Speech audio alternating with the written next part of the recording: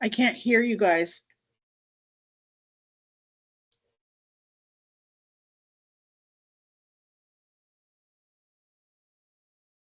All right. See here. We have Mayor Daggett, we have Chair Sinconda. We don't quite have a forum yet, Georgiana. No, we do not. Yeah, it's been a while. Hopefully we get One's for me. more people on.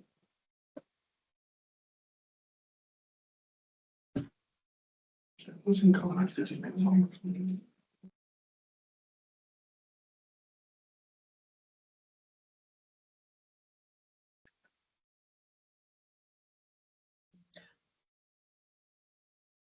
Jamie, we haven't seen you in forever, but we might not have a quorum.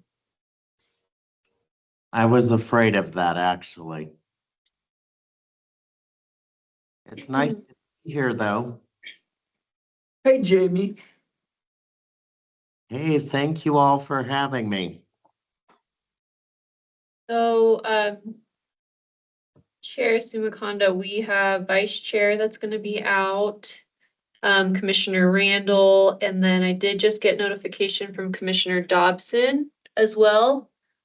So we will have those three absences here. So we need Michelle or Sarah to join. We need both of them to join. We need And both of Sarah, them. yep. Commissioner There's Dorman Sarah. just. Good morning. Need. Well, there's one of our suspects that we need. I'm just kidding. I'm just kidding. Give it a few minutes here and see if Commissioner Eisenberg's able to join us. Are we not at quorum? Not quite. We need one more.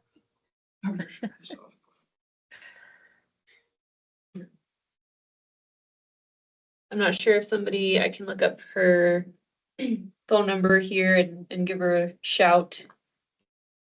Hold on just one moment. I have Michelle's number. If you, Yeah, if you would like to if you're type. looking for it, Yeah, let me see if I can.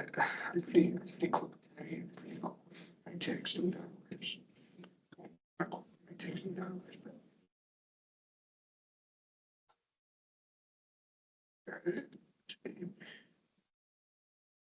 Are you ready for it? let me Or do you want me to text her real quick?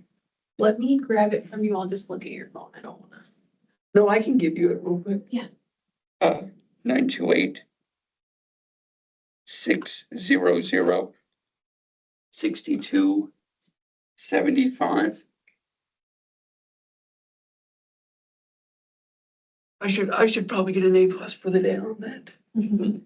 I don't know if I should, but that's probably bragging too much. You can always ask for it. I could probably ask for a gold star from Russ. Well, your teacher's not here, so you get an F. Thank you very Oh. much. I appreciate that. I appreciate that. That is cold, Rachel. I appreciate you, Rachel. Appreciate you, Rachel. Oh, man. Joseph goes all the way from an A to an F. Wow. Well, it's her choice, guys. It looks like she's online now, so It's her choice, guys. I just have to follow whatever protocol I can around here. we do have quorum. Okay, let's go ahead and call this meeting to order at 11:03. Thank you, everyone, for being here. Georgiana, do you mind doing roll call? Of course, Chair Sumakonda, Present. Vice Chair Purrington, Commissioner Beckner, Present. Commissioner Dobson, Commissioner Dorman, Present. Commissioner Eisenberg.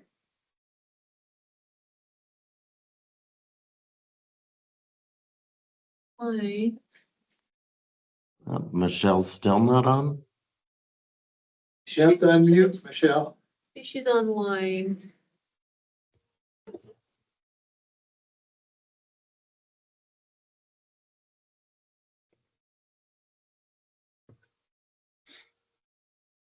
He has their hand raised. That might be Michelle, maybe.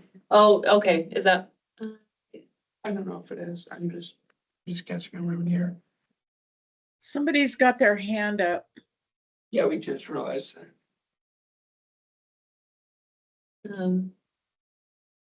If whoever has their hand up wants to unmute for a moment, if it's Michelle saying she's here.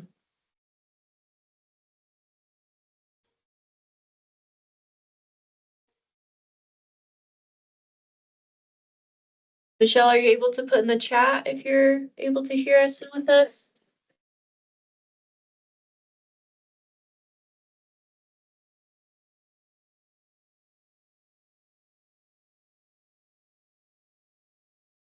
We will have to call the meeting in about 2 minutes if we don't hear from Michelle for roll call.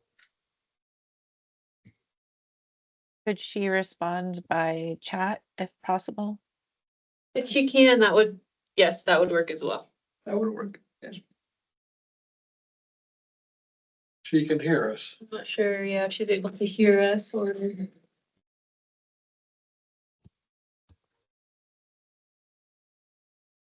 And see who has their hand up? It's a phone number, so I'm not quite sure. Gotcha. Mhm. That's probably why she's having trouble. And that's not.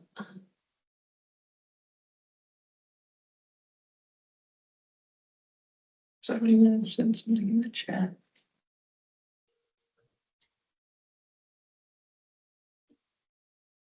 See if I can. Okay, Okay, we can't see you, but I see that you're here, so we're good to go. can you hear us?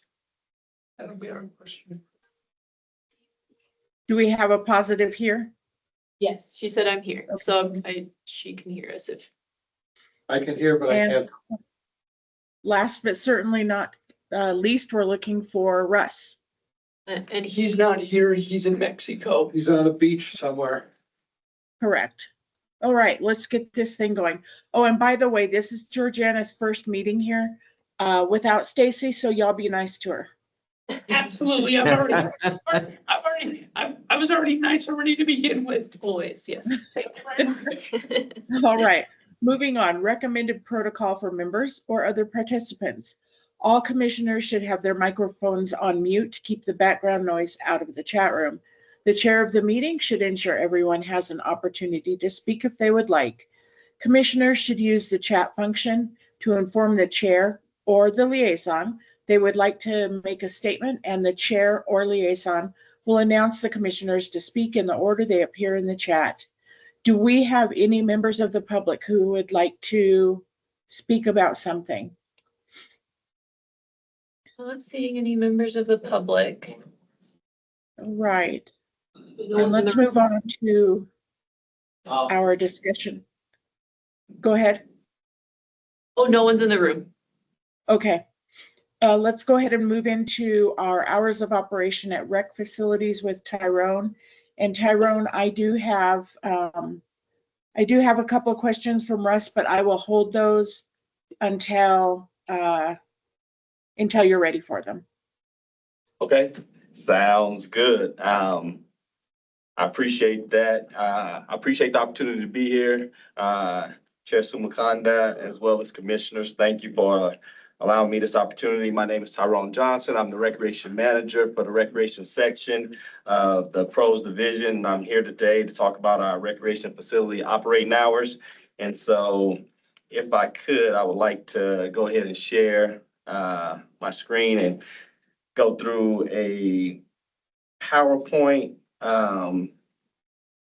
in terms of a survey that we took this last summer with some information regarding our operational hours. And so we did a recreation community survey last summer to get some feedback from the community with regards to recreation as a whole, from our hours of operation to our programming, and just to see what everybody in the community thought. The survey went out through various means. We had it on our websites. We posted flyers with QR codes. We did social media. So we put it out through various formats, and we had over 600 people respond, and then everybody that responded completed it. We also looked at like different age demographics. We wanted to make sure that we gave everybody a voice, including some of those like teen members that frequent our facilities, such as the Aquaplex and Howard Jensen Recreation Center. But as you see, the majority of the respondents were adults. 55 plus was the biggest, followed by 35 to 45. And then we wanted to see, of the recreation facilities, do people realize that we have 4 recreation facilities in town? If so, which facilities do you use? And you see the Aquaplex was the most popular facility, followed by our ice rink. And then we had Joe C. Montoya Community and Senior Center, as well as Hal Jensen Recreation Center following that up. So it was 16 questions that we had, and the one that really pertains to this presentation was question 12, and that's how often do you find yourself unable to utilize recreation facilities due to the operating hours?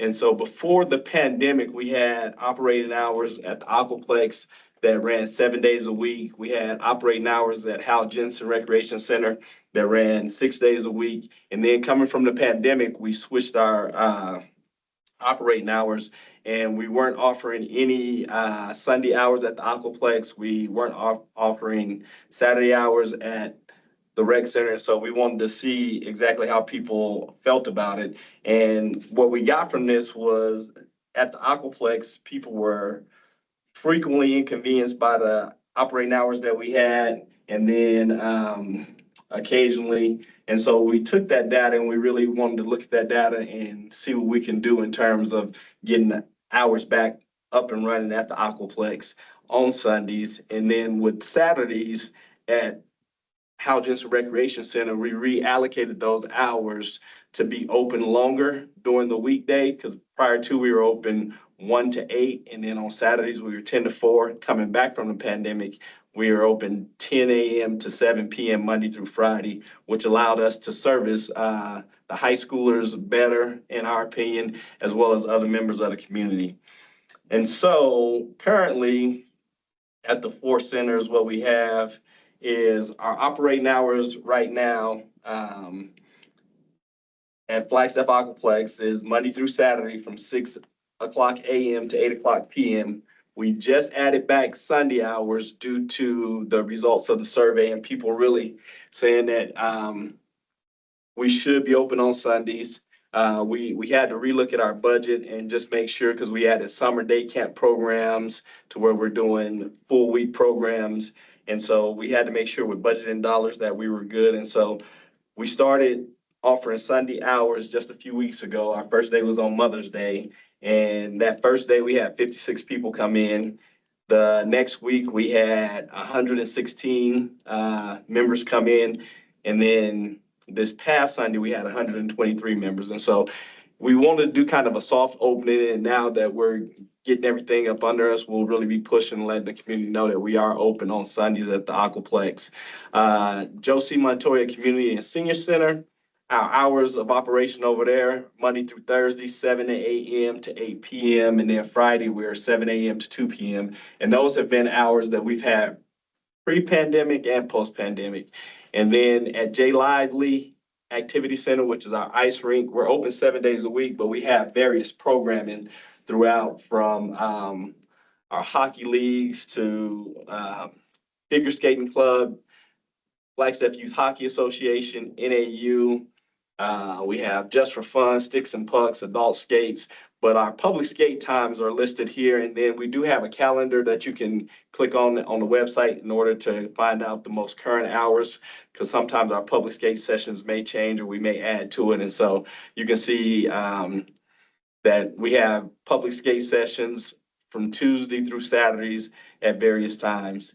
And then Hal Jensen Recreation Center, before the pandemic, as I was saying, we were 1 to 8 Monday through Friday, and then we were 10 to 4 on Saturday. And we've seen that on Saturdays, the activity was a lot slower than during the week. And so we reallocated those hours to be open at 10 a.m. And what this did, it allowed for community members to be able to come in and utilize the facility, especially like during lunch breaks and everything. We get a lot of people that use the weight rooms during our during their lunch break. And then for Coconino High School, during their lunch, it allowed for kids to be able to come into a safe place to recreate. Also, we worked with St. Mary's Food Bank to provide meals. And so some kids were able to get meals at lunchtime now.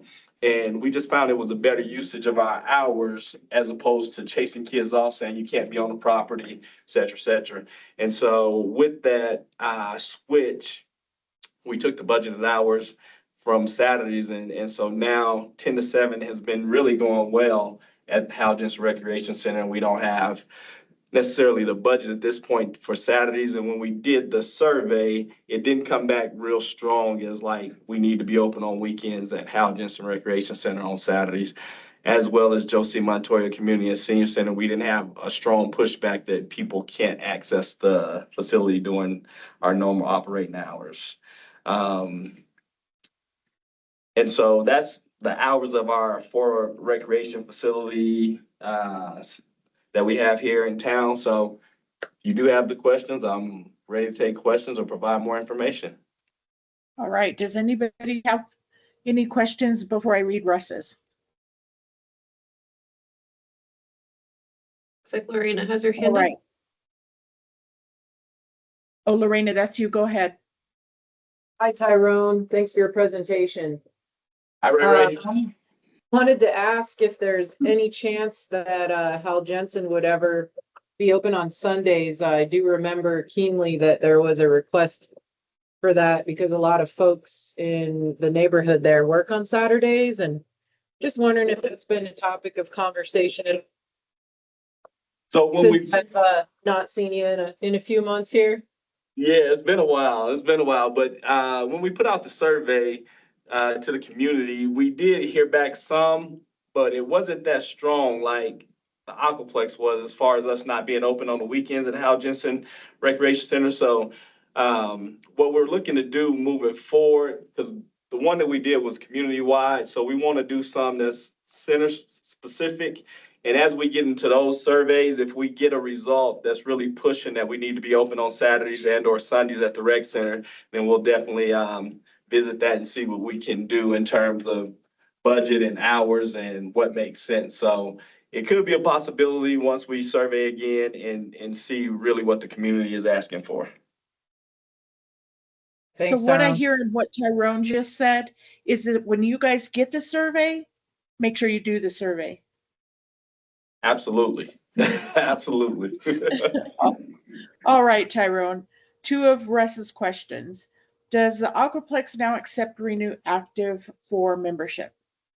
Yes, we are accepting Renew Active now. We started that back in April. And so if you are a Renew Active member, you can come to Aquaplex and work out there. And the Aquaplex is the only facility, though, that we're doing Renew Active. We're not doing them at the other 2 facilities because of the affordability of the other 2 facilities. We wanted to make sure that people with Renew Active had access to the Aquaplex. And so it's been a long time in coming, but it is up and running. Awesome, thank you. Lorena, I see you had your hand up again.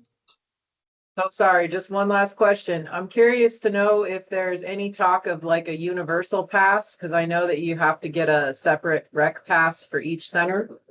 I'm just curious to know if there's been any discussion on that in the last several months or so. Not necessarily on a universal pass. We had to where Hal Jensen and Josie are more interchangeable, but with the Aquaplex and it being a membership-based facility and not necessarily a drop-in facility, we haven't had any discussions of doing like a universal pass at this point. Thanks, Tara. All right, Tyrone. Russ's last question. A concern of the Northern Arizona Community of Practice Team, which represents the youth and young adults with disabilities of Flagstaff, is the lack of weekend hours at the Hal Jensen. You answered that. I'm still going to ask it.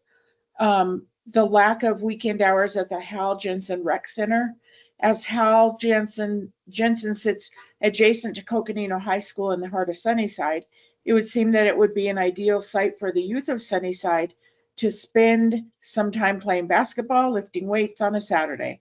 We know there are budget concerns, but would it be possible to shift hours of operation, say from Tuesday or Wednesday to Saturday, so as to be open when youth are not in school? But what I'm hearing from you, and correct me if I'm wrong, is that because of the budget concerns, Sunday is just not an option at this point. So, correct, like, so we're not open on Saturday or Sunday at Hal Jensen Recreation Center.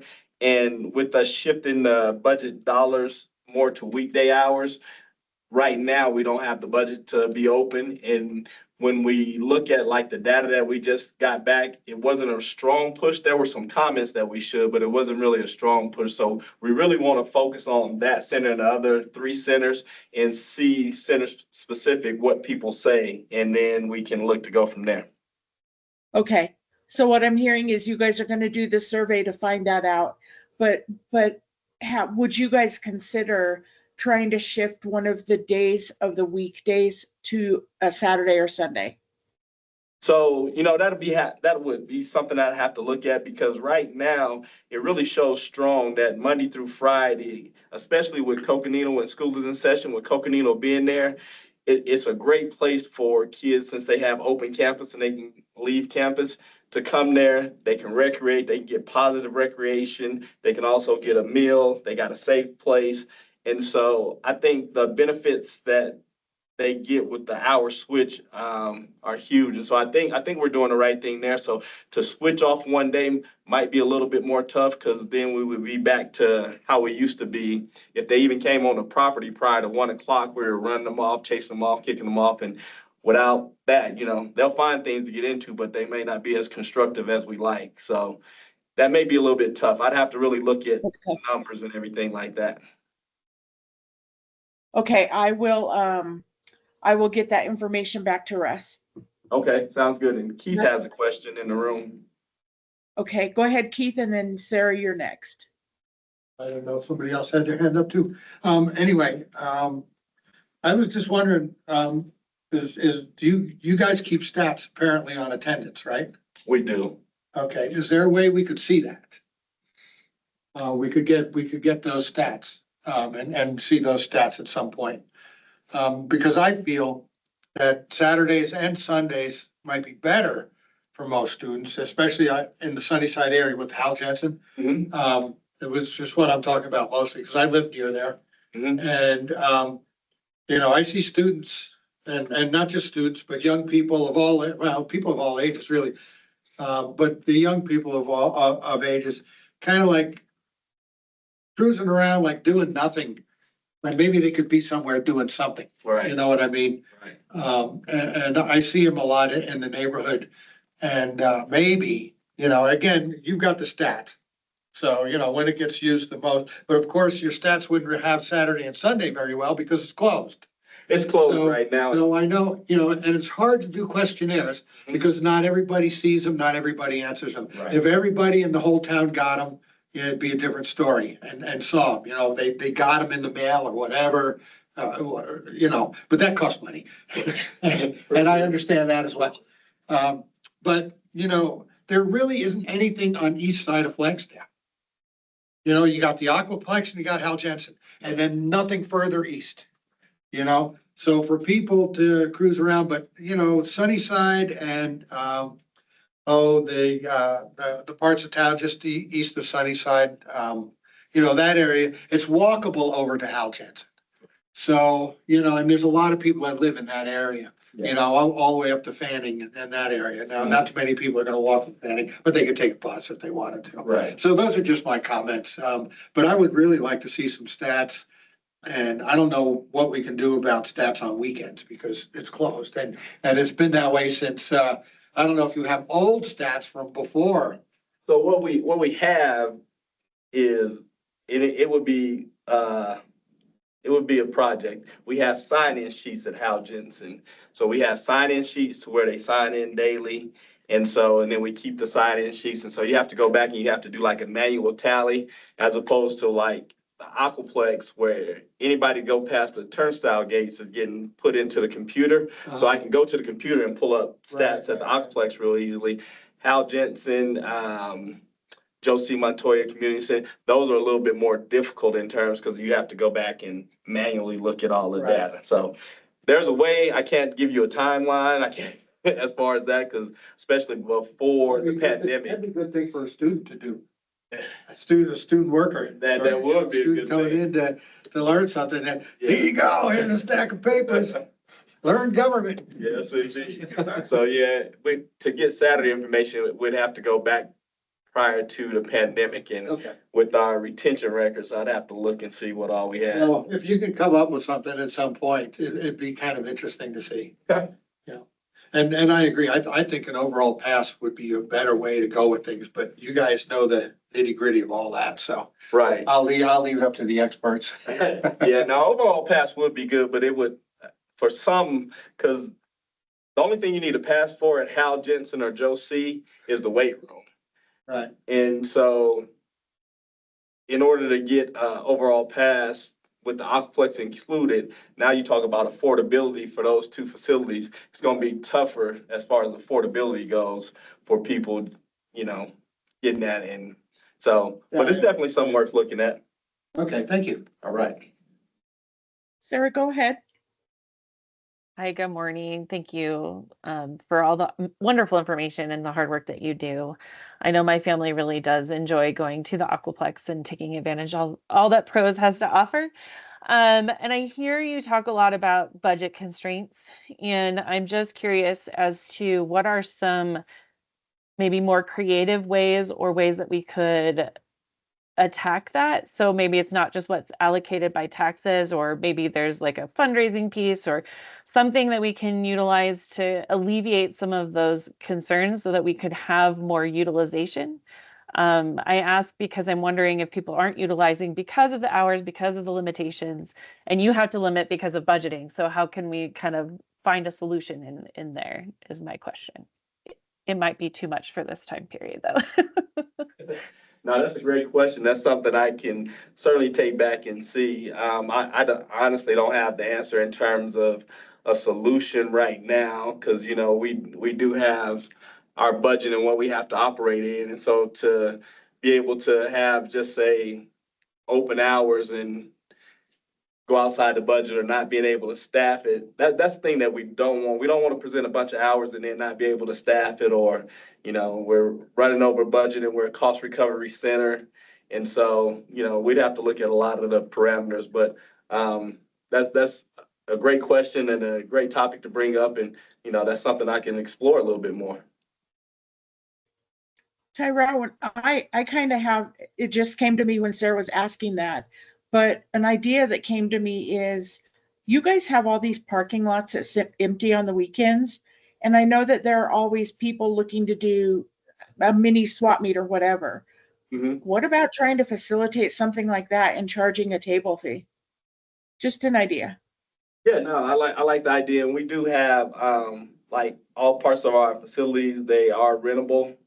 And so, like the idea, once it comes into that gets more into our event side as opposed to anything that I do on the recreation, because that's going to be permit and everything like that. But yeah, it'll be worth exploring.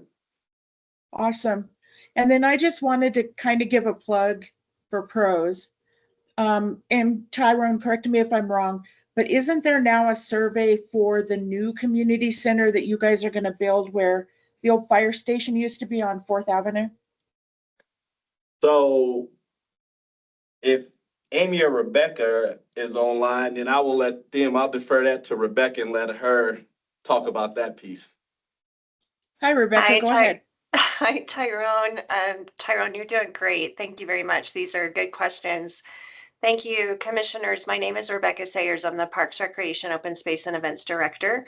Thank you for having us today. Chair, the community center that you're speaking of is actually not a PROS project, and it won't be a PROS run facility. So they are the Public Works Director, Scott Overton, is actually project managing that project. And there is a design public meeting this week to see what the community would like to have in that facility. I believe that's Thursday. I'm going to check my calendar at the Aquaplex. Hang on, bear with me. At 5:30, yes, here in the Aquaplex. That's just that they're just kicking off the design and they're taking public comment and engagement on that. The intent for that facility, though, is for it to be third-party run eventually. So it will be entirely run by a third party, probably some sort of nonprofit, similar to, I would say, the Southside Community Association that rents out the Murdoch Center, or Boys and Girls Club that rents out the Cogdell Center. Does that answer Got your it. question, Chair? It does, thank you. Okay. Well, Thank and I'm you. just trying to put this in the chat, so give me just a minute.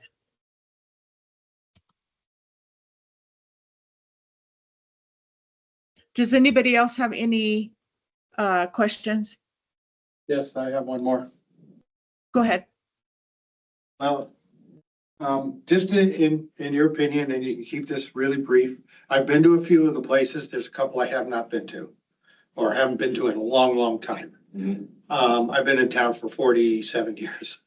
How accessible do you think these places are for people in wheelchairs, blind people and such like that? And elderly that can't get around very well?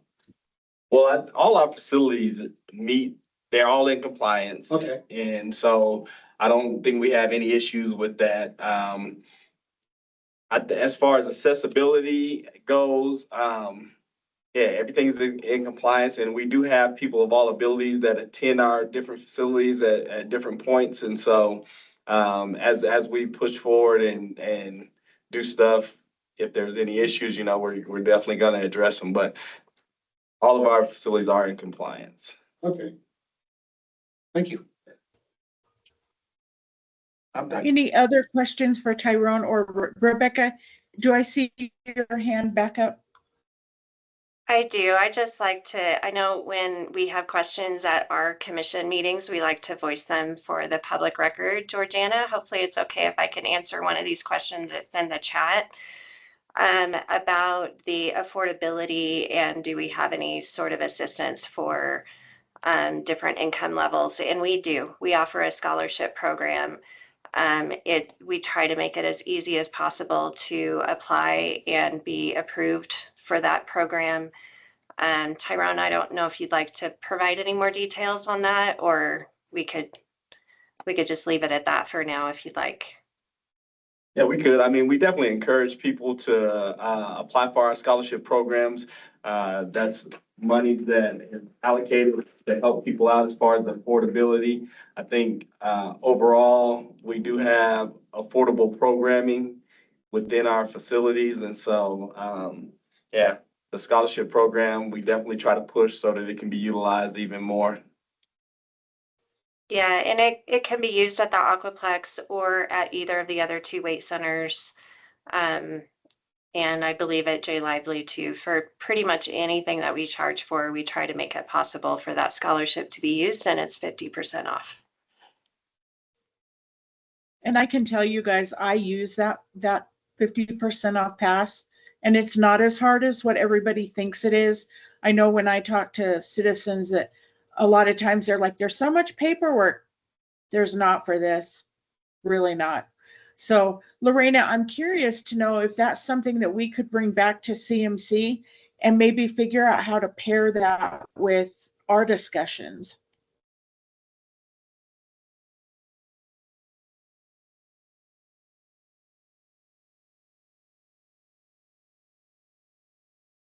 Lorena?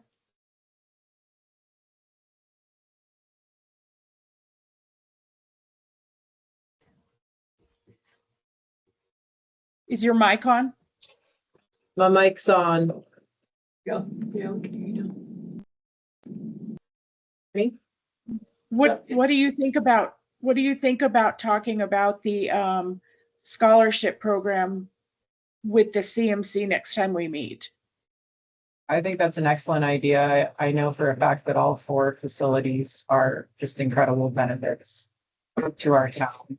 And Agreed. that's just more affordable than other private establishments. So I think that'd be a great discussion to explore more. And then Amy, Rebecca and Tyrone, I just want to give you guys a shout out because I use all but one of the facilities and I'm in a wheelchair and I have no problems whatsoever. And your staff are probably the friendliest staff. Being a disabled person, they are the friendliest staff anywhere.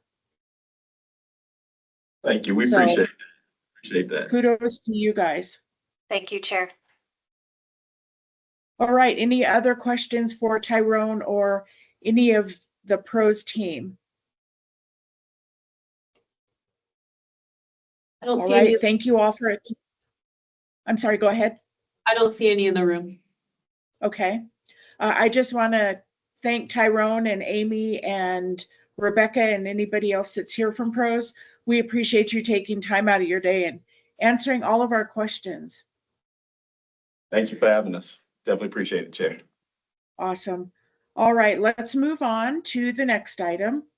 And that is review and discuss accessible trail information by Mr. Martin Ince. Thank you, Chair Simakonda.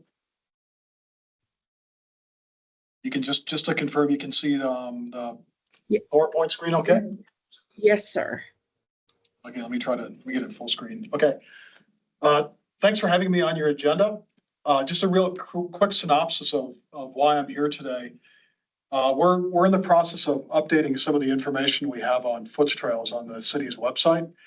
And there's a part of the website where we provide individual information for individual trails. And it includes some great information, some other information about the difficulty of the trail. And I'm not sure that it's presented in a very understandable or comprehensive way.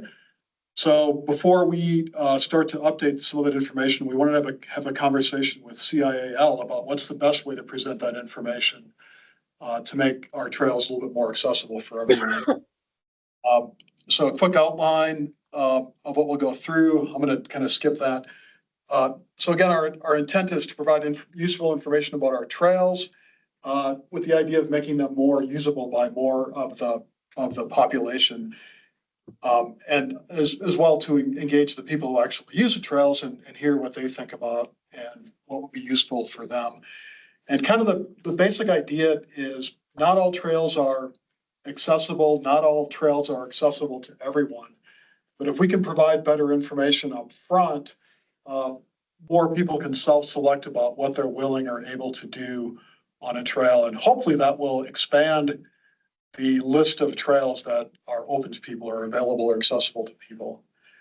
So again, our immediate purpose here is to update the information that's on the city's website. There's the actual link to the foots page on the website. And then kind of looking beyond that immediate purpose, we could incorporate this information into our printed maps. We have the start of an interactive map, which could include a lot of that information and allow people to turn layers off and on as they find it useful. It could be included on our trail signs and trailhead signs, so people who are out actually using the trails have access to that information. When we identify some of the impediments or some of the challenges that people have with using trails, kind of the next logical step is there anything we can do about those impediments or obstacles?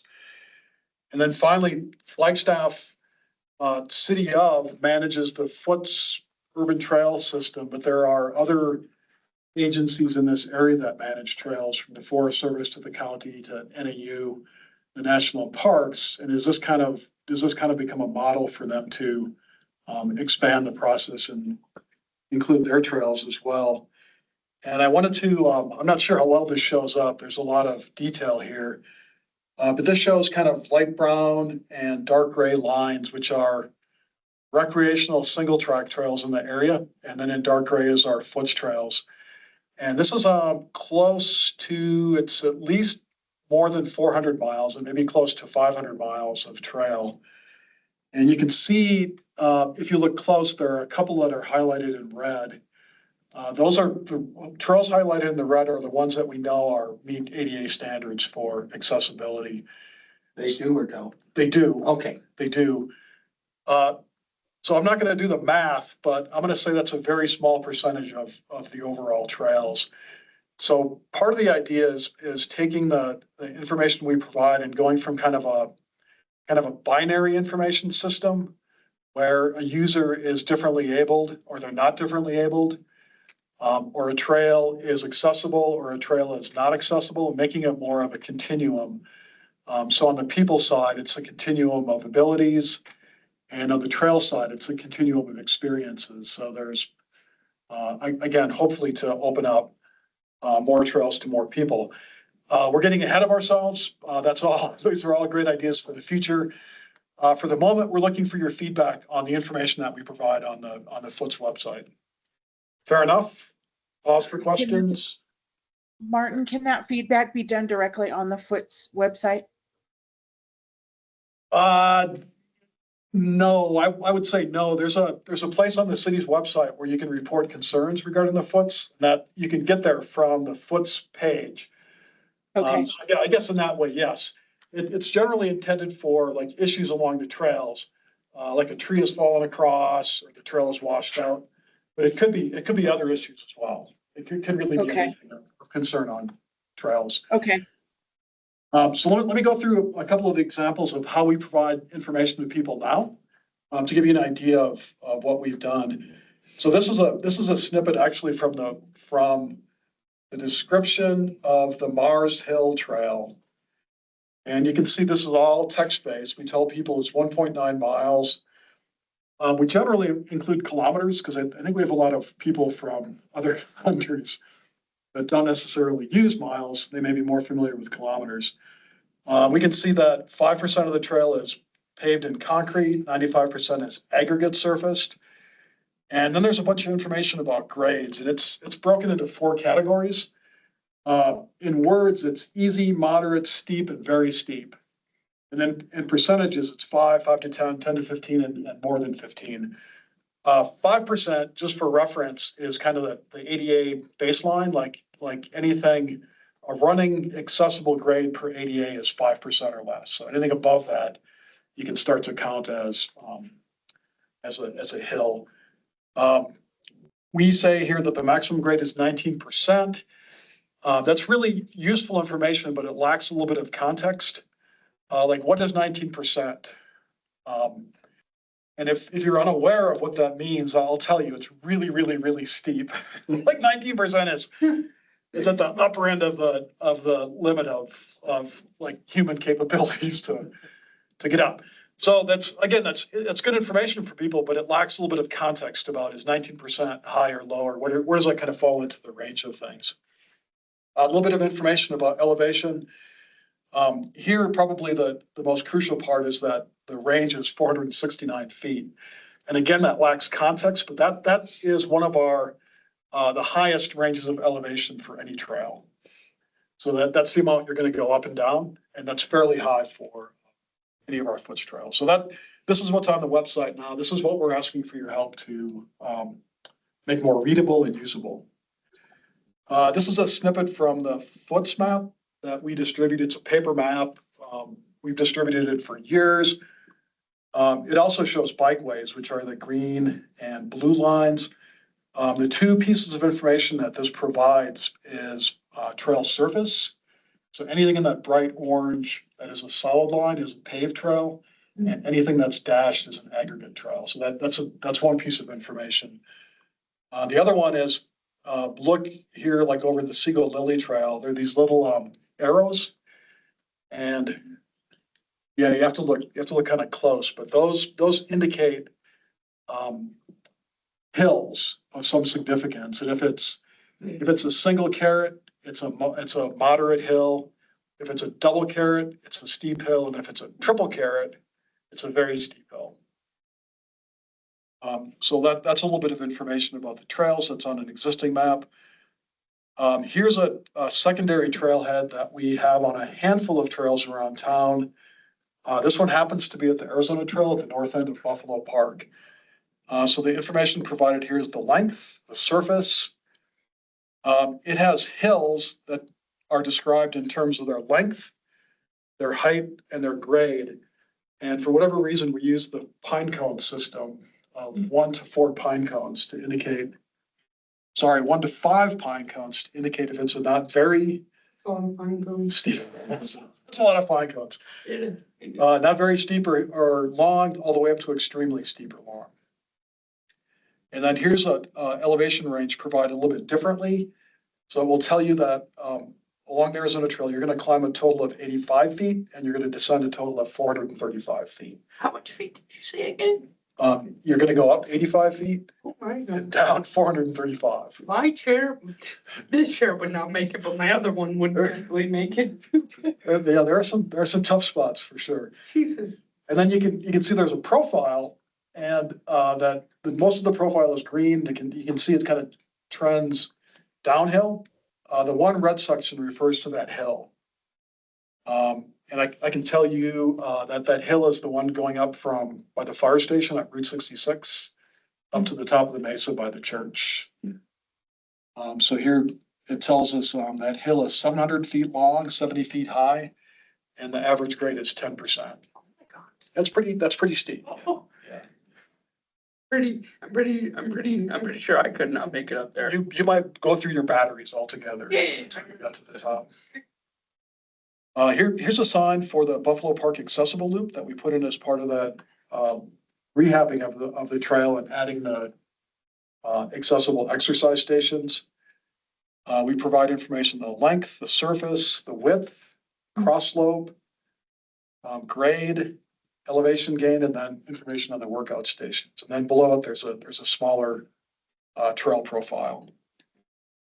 Martin, I just have to give a shout out for that Buffalo Park accessible loop. I take my power chair up there probably once a week. Never had any trouble. And those 3 stations, I see so many differently abled people up there every time I go, and all of them are fascinated by those 3 stations. So shout out to you guys and pros and whoever else was involved in this one. Yes. Thanks for sharing that. That's very encouraging. That was, pros did a lot of work. Their crews did the work of the trail. And we added accessible spaces to the parking lot. And then of course the exercise station. It was a lot of work that pros did internally. And I think it turned out great. It's great to hear that people are using it and enjoying it. Yeah, I'm going to try and get some pictures with permission next time I'm up there, just so I can send them to you guys so you guys can see. It's working. Flagstaff citizens appreciate your work. I feel like some of those things, since Flagstaff is a destination, that they could become points of destination as well, that people would come here for that. Yeah. Definitely, yeah. So let me show you some examples that I just kind of randomly collected from the internet. This is, I have no idea where the Bradley Palmer State Park is, but Massachusetts, I guess, from that upper left-hand corner. But they've provided information on the length, the slope, cross slope, trail width, the surface, and any obstacles. Love that. Here's another one actually in the wild, kind of in the corner of what looks like a trailhead sign.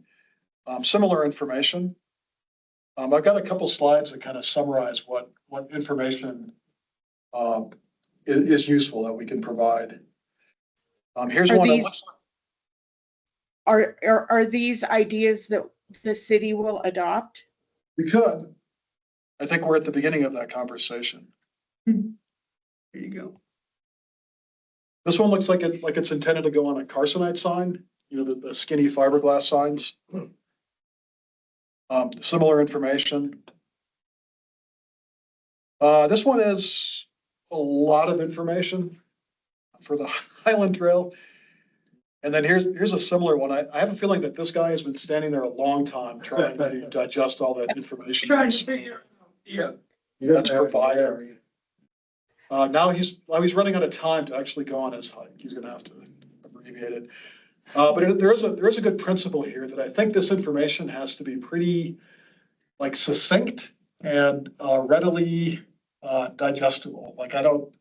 This is probably tremendous information It took them some effort to collect, but isn't succinct enough for it to be actually usable for somebody at the trailhead.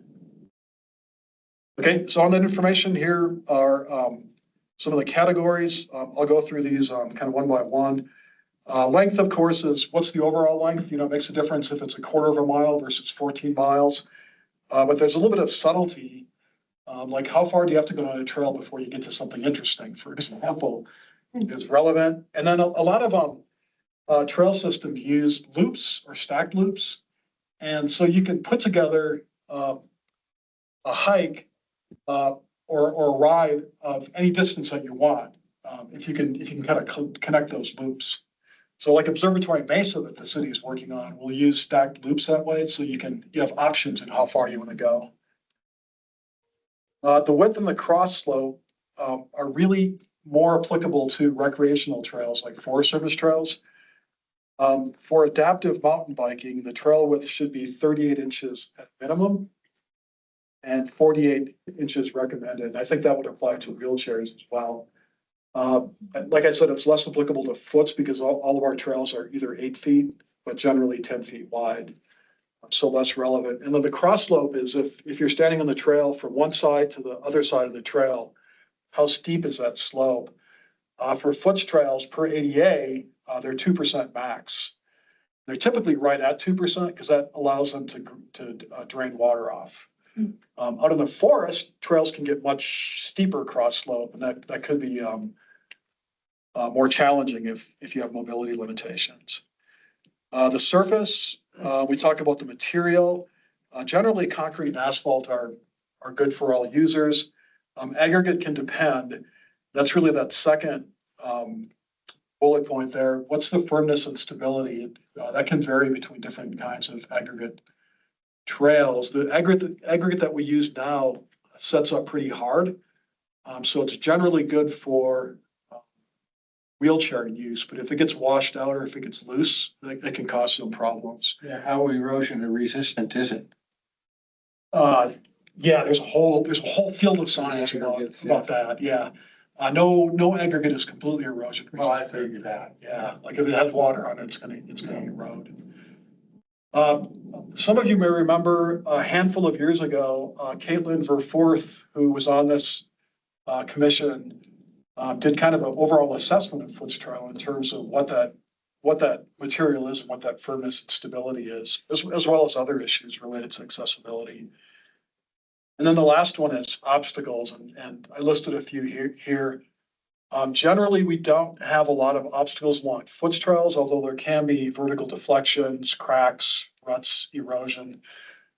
These are a little bit more challenging to provide that information to people.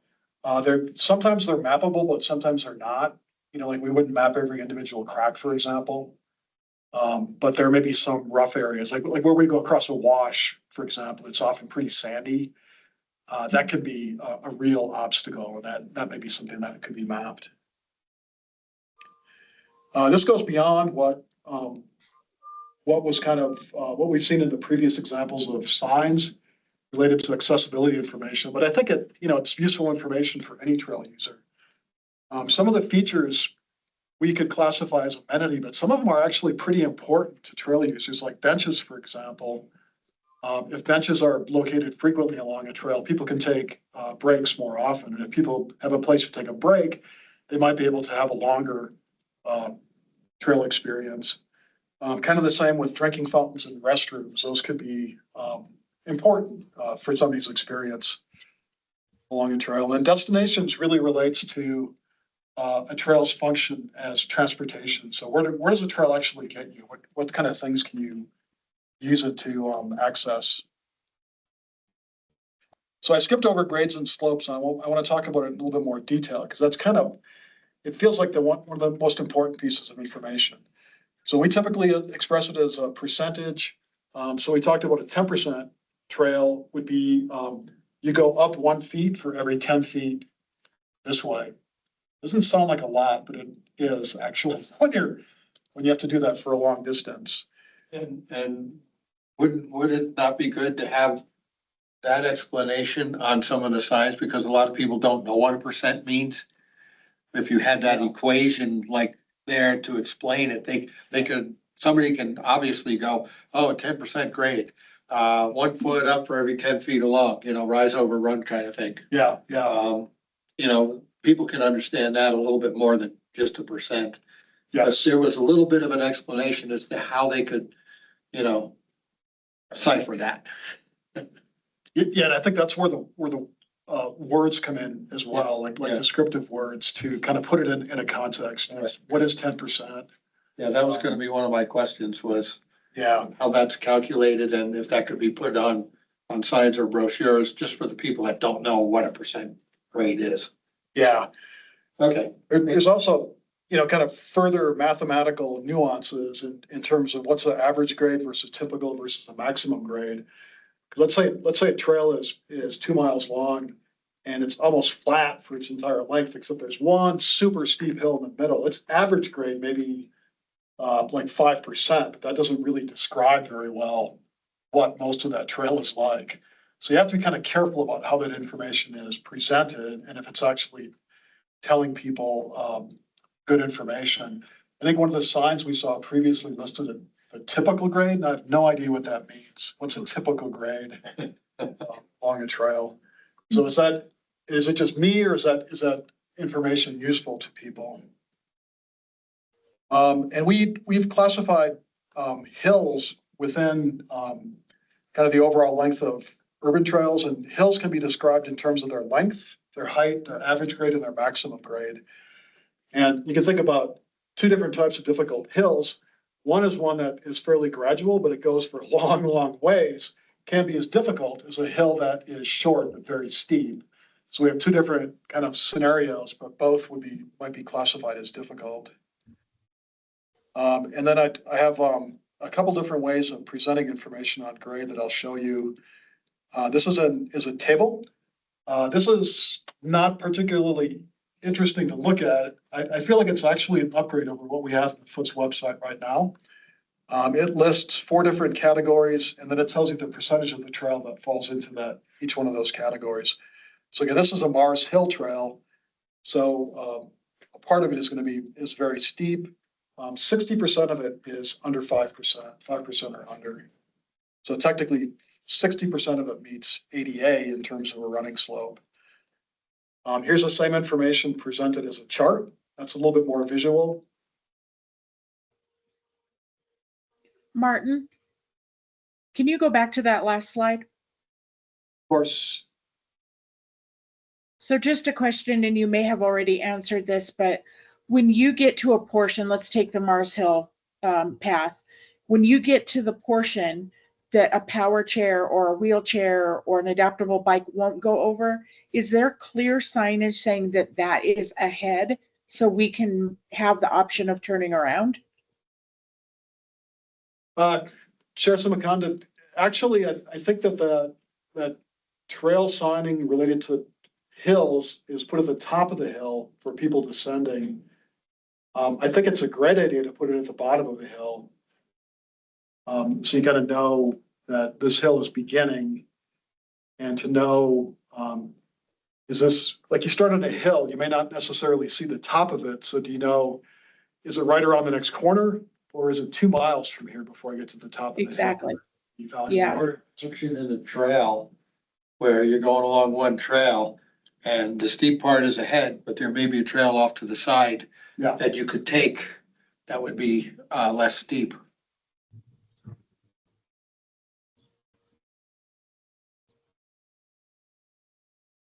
That was my question. Thanks, Martin. Thank you for that. Profiles are pretty descriptive. This is the Karen Cooper Trail. And you can see landmarks kind of along the way, starting with Peakview Street out in Cheshire Park. We get into downtown, there's Thorpe Park, and then Birch Avenue where it ends by the library. And so this profile would be posted on a sign at the far north end of the Karen Cooper Trail. So you can see if you ride toward the library, what the profile looks like. And it actually looks pretty comfortably downhill for the most part. Yes, it does.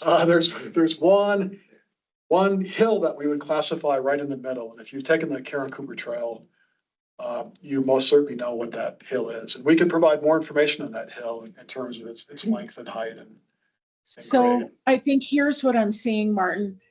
When you get to being in my power chair, when I got to Crescent Bridge, if there was a sign at somewhere along the Crescent Bridge intersection, if you could say very steep grade and give the grade ahead, it would indicate to me that while I wanted to hike the whole trail, it's not going to happen. And like you said, going down may not be that much of an option, but going up halfway through, I may run out of battery. Yep. Yeah, I think that's a good idea. I wonder, is it worth exploring kind of the physical capabilities of power chairs and things like that? I imagine the manufacturers have that information about. Off-road power chairs too, Yeah, you know, yeah, and, which may be more capable. you know, not everybody's gonna have one, but some might. Well, if you are ever interested in trying to do that, I do have a power chair I'll sacrifice. I also have a power chair and I got a couple of these, but this chair cannot go through dirt, but my other one can. All right, I like it. Adventurous test subjects. Yeah. There we go. That's one way to put it, Martin. Joseph is the first sacrificial lamb, just remember. Thank you. We set him up first and see if he comes back, and then we know it's. That's right. And if I don't come back, Russ and my mom could plan my funeral and you guys can come to my funeral, but. Make sure your everything is in order, Joseph. I Here's the last way of presenting it. Now, this is not very detailed. I'll try to zoom in a little bit. But this is kind of like every section of Foots Trail that is greater than 5%. And here we have it coded, you know, yellow to dark red in terms of how challenging those hills are. So this is the kind of information that can be put on a trailhead map or on an online map that people could see. And then like in the example that you used, Chair Simakonda, you might know ahead of time, but when you get to Crescent, there's a big hill just beyond that. So maybe Crescent becomes your turning around point. If you're not willing to do that hill.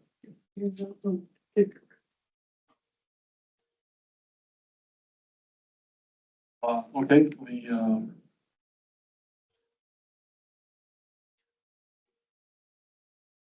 okay, so just we're almost to the end, I promise. Just a little bit of information about how people might use the information to think about. So a lot of people are going to try to scout things out in advance. It feels like it's a lot more common because there's a lot more information available about trails.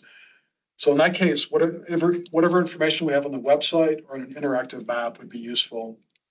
If someone's at the trailhead, the signs that we post, if they have a printed map, and also I think they can still use the interactive map. Most of those are designed for use not only on your computer or your laptop, but on devices as well. So again, going back to the Karen Cooper example, you'd be able to see on a device where you are as you approach Crescent and that there's a hill coming up that you may not be willing to tackle. For next steps, we are going to move forward with updating some of that information and descriptions in the website. We have kind of an introductory version of an interactive map. We can add more information to that. Based on your conversation here, there may be others that we can engage who are more, you know, people who are kind of out there. Like I think of Truman.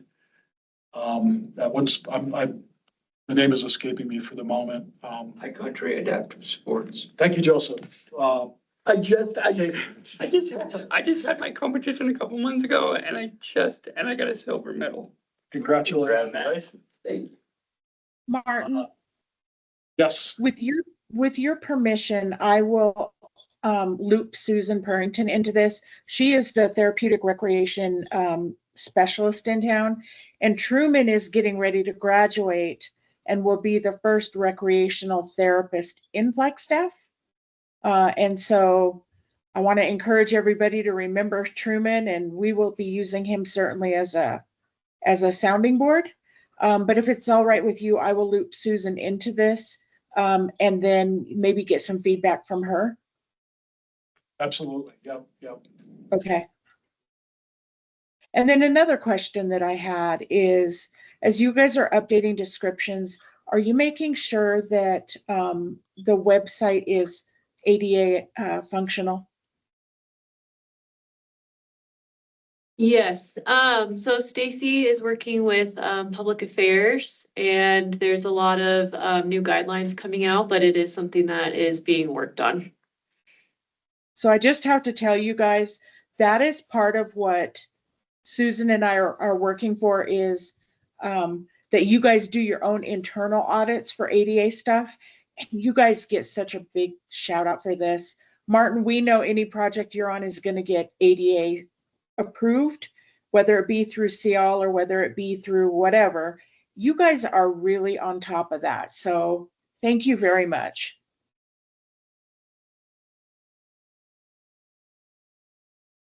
So that, maybe another next step is if you want to continue talking about this at your next meeting, I'm happy to, collect some of the information in the meantime and report back. Ideally, I'd like to have an example of an interactive map that you can take a look at and see how that could be used to provide information both ahead of time and on the fly while you're on the trail. And of course, if we're talking about, something based on devices, there are ADA considerations for that as well. Do you mind sending that stuff to either Georgiana or Stacy, and then they can forward it to Susan and I? And Yes. then, Georgiana, do we have room in next month, because it's also our summer planning meeting, but do we have room for Martin to come back? I have it pulled up. Let me look here. June, we have a couple other things along with the planning meeting, so I would be a little bit nervous about that. But in July, we were going to potentially speak about the information that Mayor Daggett sent out about the best accessible trails in Washington State Park. So we could maybe couple it with that. But I can confirm with Stacy and tentatively put it on if that's okay with you. Okay. Is that okay, Martin? Yes. Absolutely. And I promise next time I won't have 720 slides to go through. We can make it. 719 next time, right? It's fine. 719 or 718, please.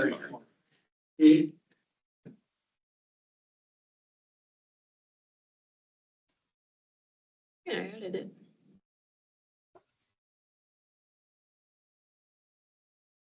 As always, thank you for your time and assistance and expertise. Appreciate it.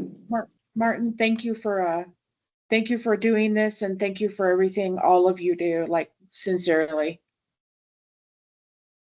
I got my new power chair in December, and so decided that now that I had my freedom, I was going to go put some of this stuff to work. So I have been very, very, very pleasantly surprised with the stuff that Pros does, with the stuff that you do. I have been pleasantly surprised, and I've been in this town my whole life. And I see that this is just becoming a different town, and not badly. I think it's time, Chair Rachel, for you to test the limits of that new power chair. I'll put you in there. You can have fun with that and get back to me. You will just drive my couple of ones. Rachel, do you need me to follow behind with a battery charger? Yes, please. 2 battery chargers, probably. Consider it done. We got a whole little army here, Martin. We're ready. We. All right. Does anybody have any other questions for Martin? Oh, hold on. Russ did. Let me see where that went. Okay. Russ's questions are, what can this commission or private citizens do to help improve and increase accessibility on the foots? What can be done to assist the city of Flagstaff to avoid making infrastructure improvements which actually decrease accessibility to and from the trail? I guess there's more than one question. The example that he gave for the infrastructure improvements was extending the sidewalk at the intersection of the Foots and University Heights Drive South. I know, Martin, you and him have met out there before. But then he asks, when this does happen, what can be done to rectify it?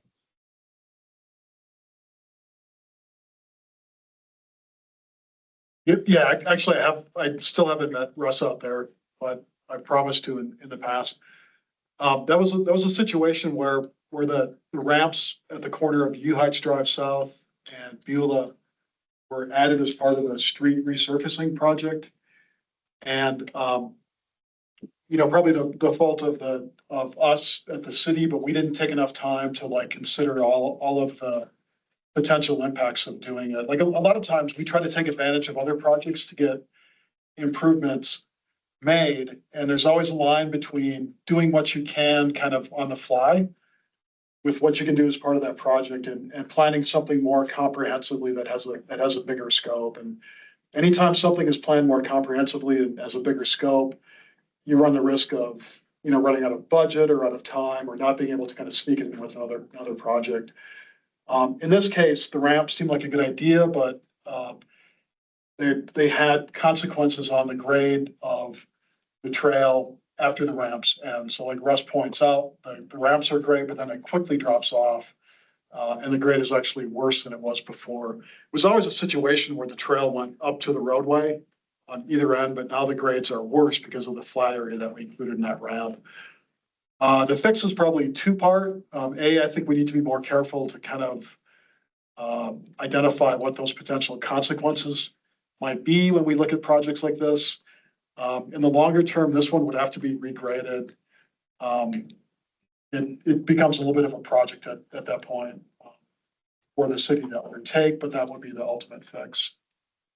Is there anything in the plans to do that there? Not immediately, but we could add it to our list and make it a project. Okay. And then is there anything that citizens or this commission can do to help with to increase accessibility on the foots? I mentioned the audit that Caitlin and other members of this commission did a couple of years ago. That probably is due for update at some point, or some version of it, maybe specific trails. That's really helpful. I think sharing your experiences along the trails helps us identify places that can be done. Meetings like this where we can talk about some of these things that, ultimately we do things in an office, on paper, on a computer screen. Actually talking to the people that are users, that are experiencing these things firsthand. In some cases, like almost every day, is very helpful for us. Does that provide enough that direction? And to keep us, I think that keep us honest. Like if we do well, it's great. If we fall short, let us know, please. Yeah, we're thick so. skinned. Really, it's just the feedback from citizens that you guys need. Yeah, Absolutely. Okay. Yeah. End users. Yep, we don't do this for us. We do it for the end users. Okay. I think that answered all of Russ's questions, and I'm sure that when you come back, he will probably have more. But And I think Commissioner Becker has a question as well. Okay. Not so much a question, but more, well, it's kind of a question. I'll kind of put it that way. Has the city thought about a Foots app? Apps are not that hard to build. No, they are not. And maybe you could get somebody to do it for a decent price. But everybody today, well, not everybody, a lot of people today have cell phones. A lot of cell phones have GPS if they're smartphones. And just putting a QR code on some of these signs would give you the ability to download an app that would have your actual position, and then of course the trails and where the difficulties might be ahead, you know what I mean? All the information that you could put in, could be put into an app that people could actually use and see while they're out there and about, and maybe see where the difficulty places may be coming up in front of them. I'm just a thought. just the thought of a foot tap. And I think you might get that to be very popular for all the people that take the trails. I'm intrigued by the idea. We may need, like, people who are familiar with kind of that world to help us out with, what's possible and how you would go about doing. Oh, it's possible. Any of that stuff is possible. It's just gotta figure out how to get your data into the darn thing. Yeah. And make it available to people. Just gonna give a shout out to to Keith. Keith is actually the CIS guru at CCC, so, Yeah, but I can't build apps. I can run servers and all that. I can run that. All right, any other questions for Martin? Martin and Tyrone, thank you very, very much for coming. We do appreciate all of your information. And I just have to see, in the almost 4 years I've been on this commission, I have seen a huge improvement, and I encourage you guys to just keep doing what you're doing. We love when you guys come to us and tell us, because a lot of us out here love recreation, and because of the commission, most of us are disabled. So great job. Thank you for coming. We do look forward to hearing from you guys again. I'm going to check out the Aquaplex on Sundays because I've been missing that. So Awesome. Thanks, guys. Thank you. All right. Anything else from either Tyrone or Martin? Actually, for Martin or Tyrone. All right, moving on. We are going to do, the mayor had to step out, so we will come back to her when she joins us again. Next, we have our transportation liaison report from Lorena Reyes at Mountain Line. Hi, thanks, Chair Simafonda. It's nice to be here with you guys. It was great to see both presentations. Just a quick update, our last CMC meeting, which is our commission on, sorry, I've got all my commissions jibber jabbered in my brain right now. But our Coordinated Mobility Council met this past Friday, and we had great idea sharing to address transportation gaps in Flagstaff. So that was really robust conversation, and got some great ideas moving forward to finish out the 2025 year. Rachel also was our spotlight presenter and discussed future opportunities for folks to engage in a new crossability committee. And this is in conjunction with the chief of police here in Flagstaff. And she also provided updates on the Flagstaff All Ability Self-Advocacy Group. Both the Coordinated Mobility Council and the Wheelchair Accessible Vehicle Subcommittee, we need assistance getting out wave flyers. Got to get them distributed around town again. So please email me directly. I'll drop it in the chat and I can bring those directly to you. We're really falling short on getting that word out the last several months. So I want to make sure to keep that campaign robust.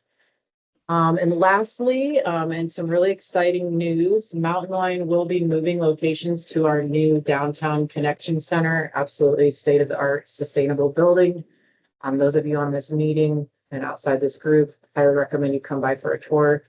Absolutely gorgeous inside. We will be making a seamless transfer on June 9th and keeping all transit services operating in full service. So looking forward to that, really excited times, and I will be sure to provide continued updates. So let me know, one, if you're able to get out some flyers, and two, if you're interested in a tour of the Downtown Connection Center. We'll get you all dialed. Thanks, Rachel. Thank you. Jamie, I know as chairperson that you are also, you might have some information for CMC. Do you want to speak up during Lorena's time? I honestly think that Lorena did a beautiful job of covering everything. Yeah. And Lorena, if you need me to distribute more flyers, by all means, send them my way. I will be happy to do so. Perfect. We'll coordinate offline. I'll get them to you, Jamie. Perfect. Thank you. Same for me, Lorena. Oh, All right, moving.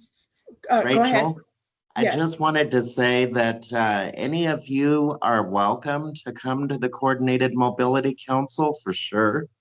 We do meet quarterly, and it's usually the third Friday of that month. So we meet in February, May, August, and November. So it's 4 times a year. And we meet from 10 to 12 on that Friday. Again, it's the third Friday of the month. And you can either join us in person or you can join by phone. So we have both options. Or by phone, by virtual. Thanks, Jamie. You bet. All right, moving forward, let us do our liaison report from Joseph Spence, our youth liaison for NACOPT. Thank you. Michelle, do we have any updates regarding NACOPT or anything? She will have to put it in the chat, Joseph, and Yeah. so we'll If you wait can just a chat on minute. that. I don't have any updates except I'm going to camp in a week. Rachel, my summer's gonna be really, really busy, so I don't know if I'm gonna be able to attend. I don't know if I'm gonna be able to attend any of the CIAL meetings for the next couple months, but I will make sure to email you and Stacy regarding any of all this. Awesome. We appreciate you, Joseph. Absolutely. I don't see Michelle typing anything in the chat, and Thought she so did. Thought she if did. if she does type something in, either Georgiana or I will just read it Yeah, I got you, into yeah. the recording of the meeting. But thank you, Joseph. We appreciate you. Yeah, I got you. All right, moving on, we have Mr. Jamie Martinez, our sidewalk liaison.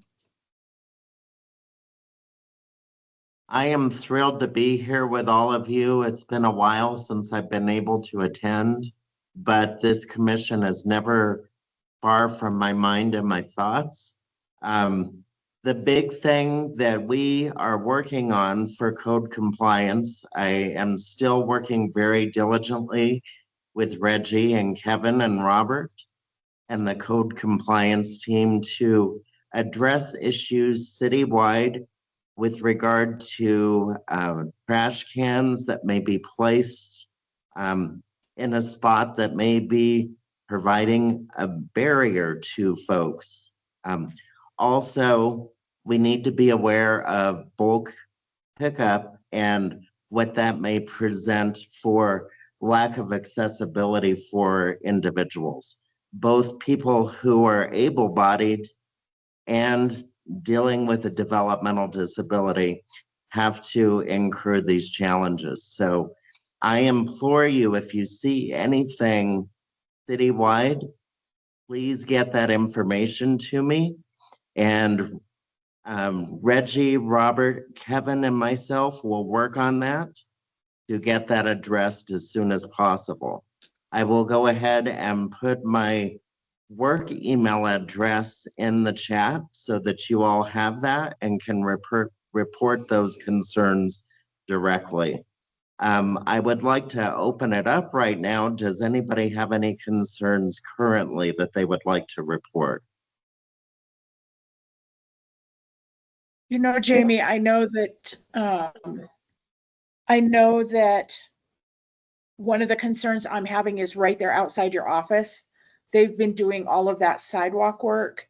Yes. And they have cut so much out of the curb ramp, the corner curb ramp, that I had to go into the bike lane to go down to Walmart the other day. I couldn't even get onto the sidewalk because I would have fallen in the hole. That is absolutely unacceptable and definitely a hazard, to say the least. Yeah. Okay. And it's not marked. The thing is, if I had known ahead of time that they had torn pieces of the sidewalk out, I could have just crossed the street and figured it out to go that way. But Right. they did not even, there was no signage whatsoever that they had dug the concrete out, there was nothing. And so I think it's more that than the actual removing of the concrete, because they've got to do it. Streets is trying to repair and they're doing a good job. But the signage is so important because for me, I would have fallen in that hole. And I can't pick myself up. I have to call 911 to get picked up. Oh, gosh, no, we don't want that to happen, Okay. Rachel. And we can all agree that, you know, beating the battle halfway is that can be done through signage, which is something that is relatively simple when you think about it. So I would rather be proactive than reactive for sure. Thank you for letting me know, Rachel. We'll get that placed on the list. Awesome. Martin, I see your hand up, and then I will read what Michelle put in the chat regarding NACOPT and that sort of thing. So go ahead, Martin.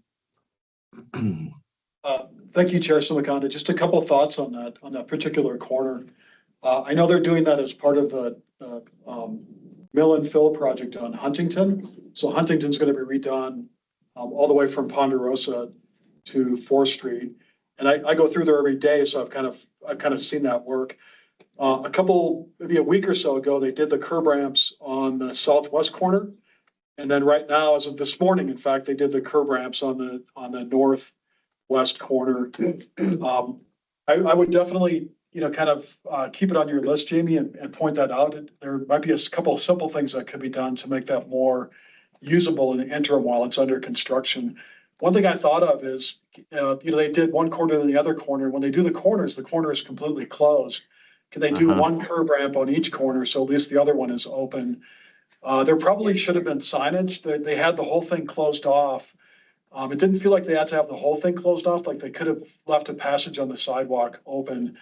But technically, when they have it closed, there should be warning signs to let you know at the next available crossing, if the crossing is closed, where you need to go to detour around. Completely agree, Martin. Go ahead, Keith. Yeah. I don't know exactly, but I do believe it's required, even by private companies. If they take down a sidewalk for any reason or purpose, if they have to park their truck on it because they're doing construction work on a building or whatever, at each crosswalk nearby, they have to put a sign saying sidewalk closed, cross here, if it's a possibility to cross. I don't know if it's a requirement or a law, but I do know it is. I think it is.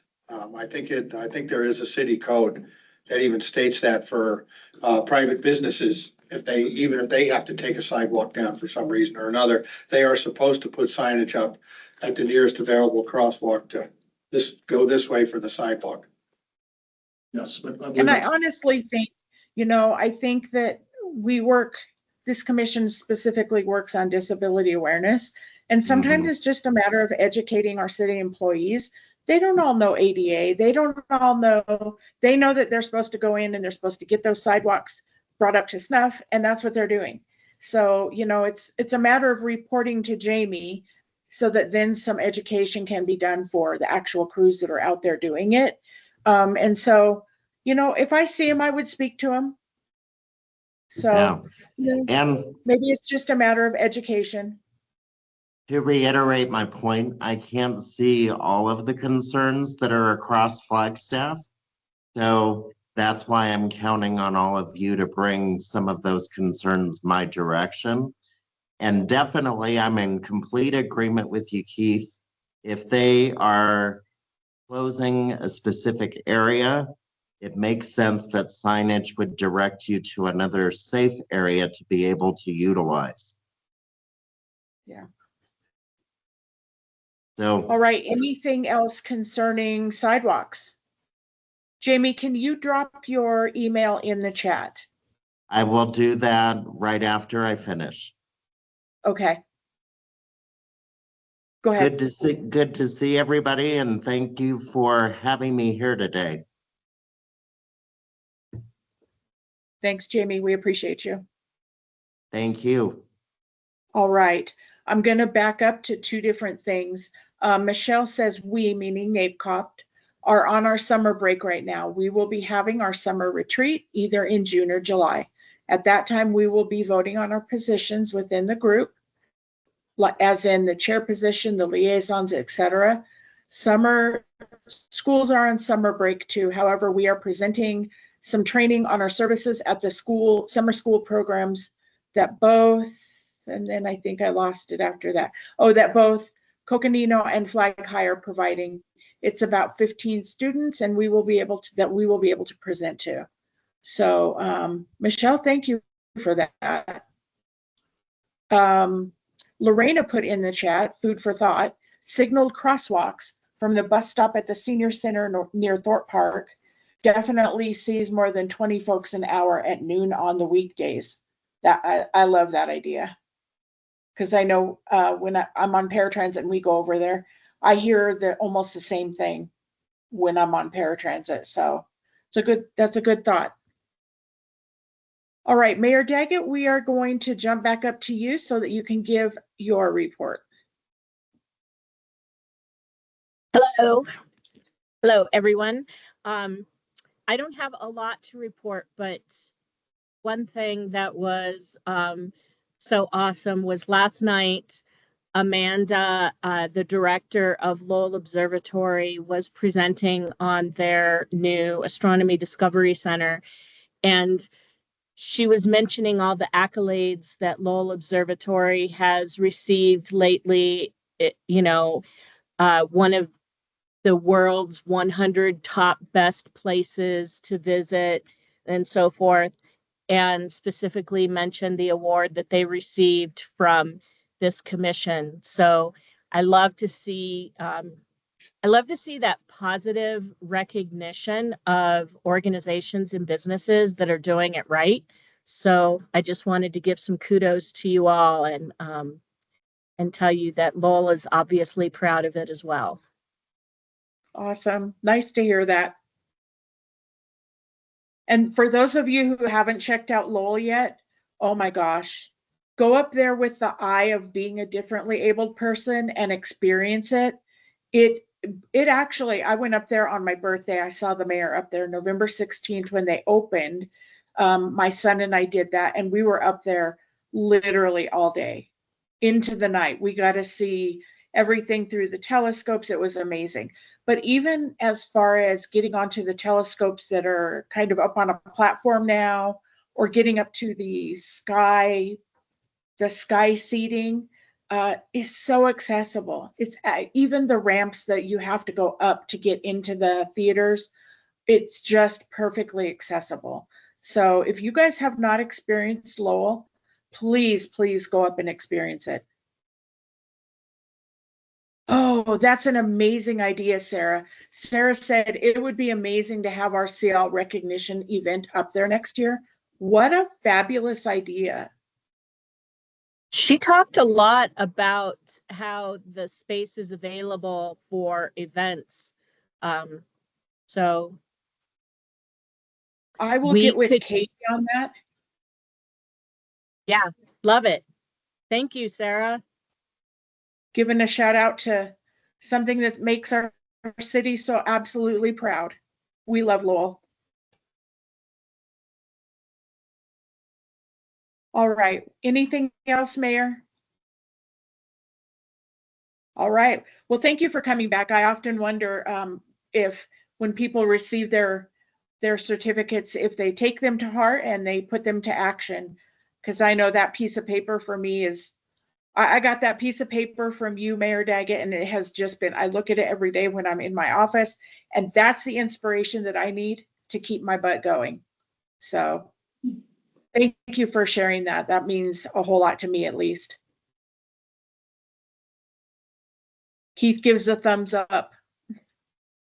Thumbs up in the chat.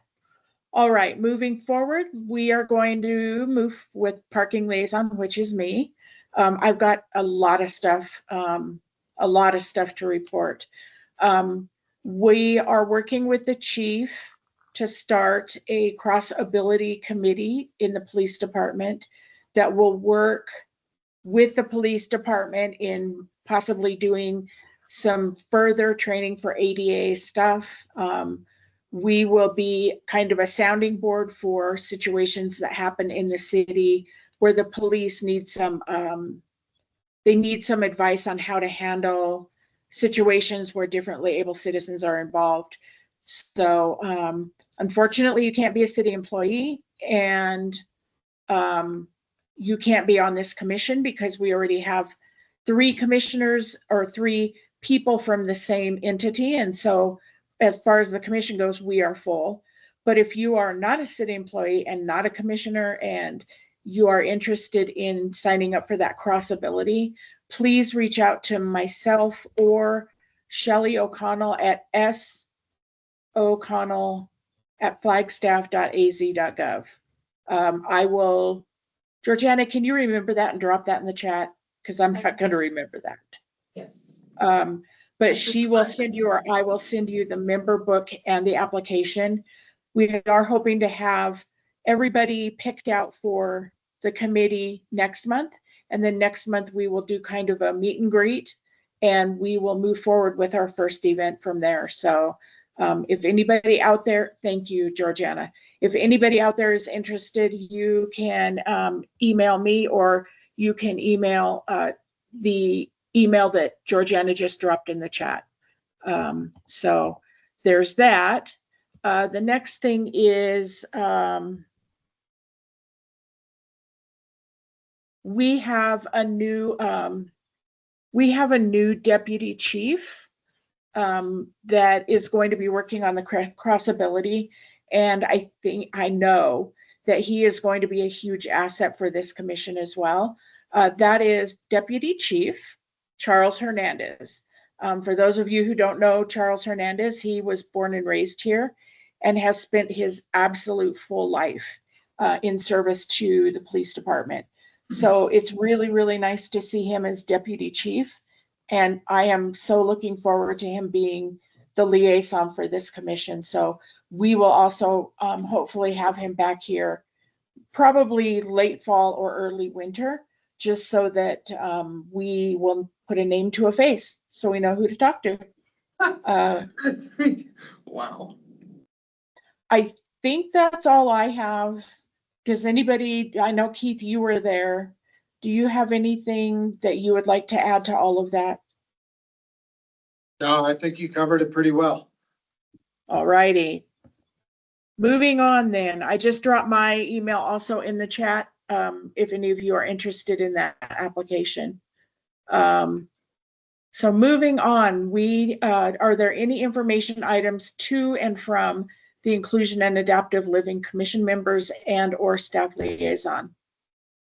Sarah, go ahead. Hello, I have a few things. Per usual, sometimes it feels like. I already started it at the top of the chat, is we have a really cool opportunity at Northern Arizona University. The Arizona Youth Leadership Forum is occurring there that the 23rd through the 27th. And that's put on by Diversability Incorporated to develop leadership skills, whether it's for yourself or for others, for students with disabilities. And so we have an opportunity to help them with their interviewing skills. They need about 3 to 4 people. Rachel, I know you said you were interested. If you are interested, please reach out to me. I put my, at the top of the chat, I put my email in there, and I can connect you with Diversability Incorporated to get that set up. I would love to be able to show them that Flagstaff really wants them here and supports them as an organization. Also, something that just came to my attention in the last couple of days is that the Arizona Developmental Disabilities Planning Council is having a forum or a focus group in Flagstaff on June 3rd. And so they want people to come out and join the conversation and share input on issues important to the developmental disability community in Arizona. And it's really another amazing opportunity for us to be able to share our experience as a more rural space. We don't always get the opportunity living in Coconino County. Maricopa tends to drive a lot of that.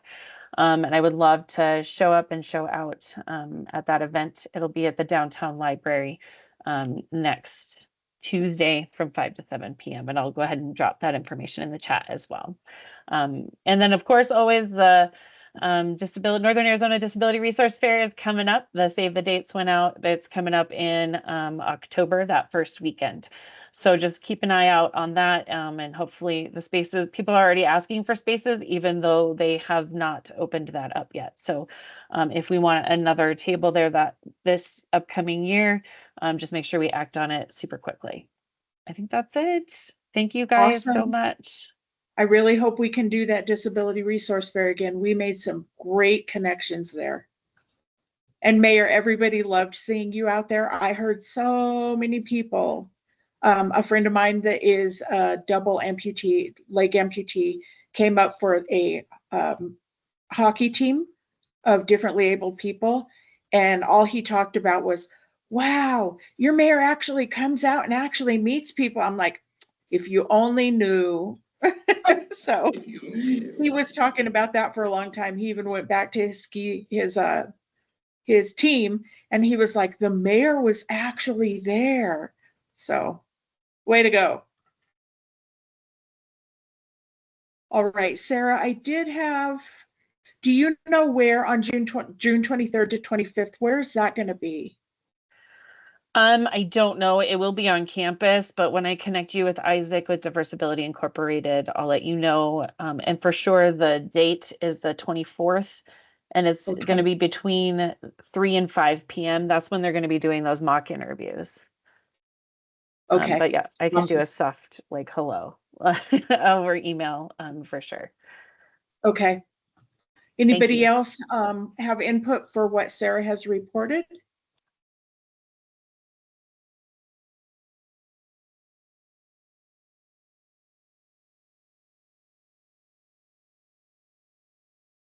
For a second to get back online here.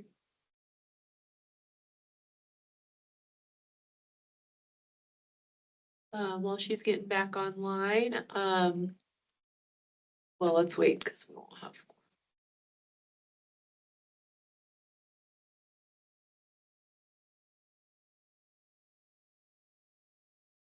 Did we lose Rachel?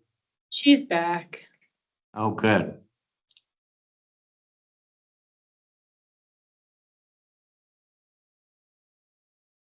Maybe. There we go.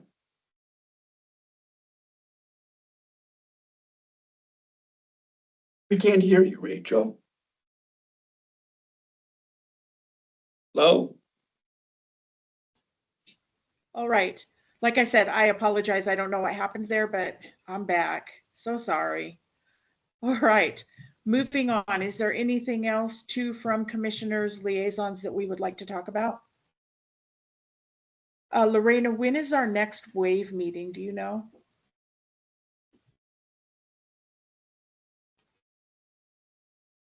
Sorry, can you hear me okay? Yes. Our next WAVE meeting has not been scheduled. As mentioned in the Coordinated Mobility Council, it will be moved to a quarterly meeting. But we will be looking to get the focus group together, which Mountain Line will facilitate at the new DCC location regarding our legislative initiatives. So I can work with you offline on that. Okay. And then just a thought that just ran through my brain. I have a lot of those every day. When you guys open the new building, has anybody done any type of accessibility walkthrough? I'm absolutely positive that that has happened. I can get with leadership to give you details and absolutely encourage more. Okay. Even if we have had our standard, which would be to new ADA standards, not the old ones like most city buildings here have. So I'd be happy to work with you offline and get you some more information on that. Okay, I would appreciate it. There may be some of us that, if they're up for it, that may like to do the walkthrough. So yeah, we'll work offline with that. Yeah, you've got to come see the new building. It's fantastic. You know, when I go to the downtown transfer center and I'm waiting for my bus back over to the east side, I see that building going up, and I have to say, just from the outside, it looks so accessible. It looks so good. So it's going to be another hit it out of the ballpark thing might like be the a library was. grandstand. Jeremy, Yeah, we did- should do a photo shoot with you and some other members of the coordinated mobility team and the WAVE team to test out the new ramp to the front doors. And I think that's a great idea. yeah, I think that would be awesome. Have a little paratransit bus right there. Yeah, we'll talk about that offline. Count me in. Absolutely, Jamie. And I can hear from the way that Joseph is giggling, he wants to be included too. 1000%, Joseph. I volunteered you again, Joseph. You're welcome. Yes, you did. Thank you. All right. Moving on, one more time. Anything else that anybody would like to share? Martin, thank you for the last 2 hours of your time. We do appreciate you. Welcome. And actually, all of you at the city, you guys deserve a shout out because this is a 2-hour meeting and I know you guys have things to do. So thank you all. very, very much. Be here. All right. If there are no other items, then moving on, we will talk about agenda items for our next meeting, which is June 25th. Now, as a reminder, our June meeting, immediately following our June meeting, we will move into our summer planning meeting. That is 2 hours, correct, Georgiana? Yes. And it will be at the downstairs conference hall, right outside the chambers. I'm just going to put it out there that I think it would be fabulous for as many of us as can to meet in person. I'm ensuring that we have a few snacks, a few different types of drinks. So it would be nice to put names to faces. If I've never met you, I would love to. And so, Georgiana, with that, I will actually let me get to Lorena and then I'm going to pass the ball to you, Georgiana. Okay. Sorry if you already mentioned, but what's the date on the working planning group in person? June 25th, following this commission meeting.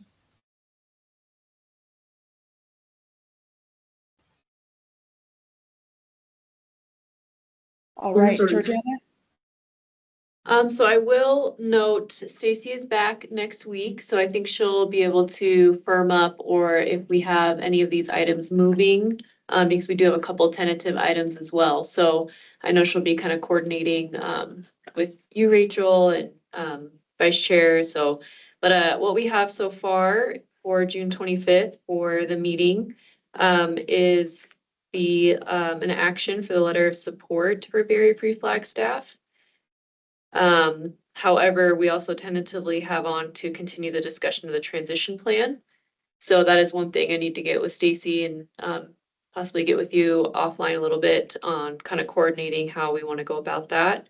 And we also have a tentative for the therapeutic recreation, just waiting to firm up there as well. And then again, immediately following, we'll have the planning meeting. So it'll be a long one. Okay. Do you know for the therapeutic, Amy, for the therapeutic recreation portion of June's meeting, are you guys interested in coming to that? Could you repeat that one more time? Part of our June meeting will be talking about therapeutic recreation. And is that an action or a discussion item? Discussion. Discussion. So I'm pretty sure that Susan is going to be talking, and Sarah, maybe you can speak to this. But she's going to probably be introducing Truman as the therapeutic rec specialist. I don't know if he's formally, I don't know what capacity he's going to work in, but he will be the first therapeutic recreation specialist in Flagstaff besides Susan. So, but Amy, are you interested in having somebody from PROS attend that so that you can hear the things? Because I know that some of the things at the Aquaplex and then a few of the other items were going to be a focus for the therapeutic rec informal working group. And Sarah, I know that you were co-leading that with Susan. Yeah, but we haven't done, we haven't really met since then, since we kind of talked about that, the initial letter and all of that. And then I know we were going to reapproach that, but I think I was out that particular meeting when we discussed that as commission. Okay. So Amy, we would love it if somebody could be here just so that we get your input moving forward. I believe that it's a discussion item this month, next month. It and the transition plan will move forward with an action item on voting to send letters forward to the council. And so we would love to have the city's input on that if you are able to attend. And I'll follow up with city staff as well if she's unable to. Okay. Awesome. I just like keeping pros in the loop because, well, I have the freedom to go everywhere now and I need to use all those city facilities. And that's what you do, Rachel. What do I do, Joseph? You do a very good job in all of it. Well, thank you. I appreciate that. Yeah, for sure. All right. If there are any other agenda items, commissioners, you can send those to Stacy and Georgiana. Please CC both of them, but you are able to add items to the agenda as well. It may be a couple of months before your concern gets put on, but all of us as commission members are eligible to put things on. So if you want something on, please send it to Georgiana and Stacy. You don't need to send it to me if you don't want to, but our liaisons are the most important part of our commission. So please get that sent to them. And Georgiana, thank you for the job you do. I know you're kind of new to being our co-liaison, but I look forward to seeing great things from you. Happy to be here. So if there's anything anyone needs to send my way, please feel free to do so. I can put my email in the chat as well. All right. And with that, anything else? We will adjourn the meeting for the Commission on Inclusion and Adaptive Living at 12:50 p.m. You guys go out and seize the day and enjoy this weather. I hear some rain might be coming, so keep your fingers crossed. It'll be coming Monday before I go to camp anyways. You're going to get rained out there. Thank you guys so much. Have a good one. Bye. Thanks, guys. Bye.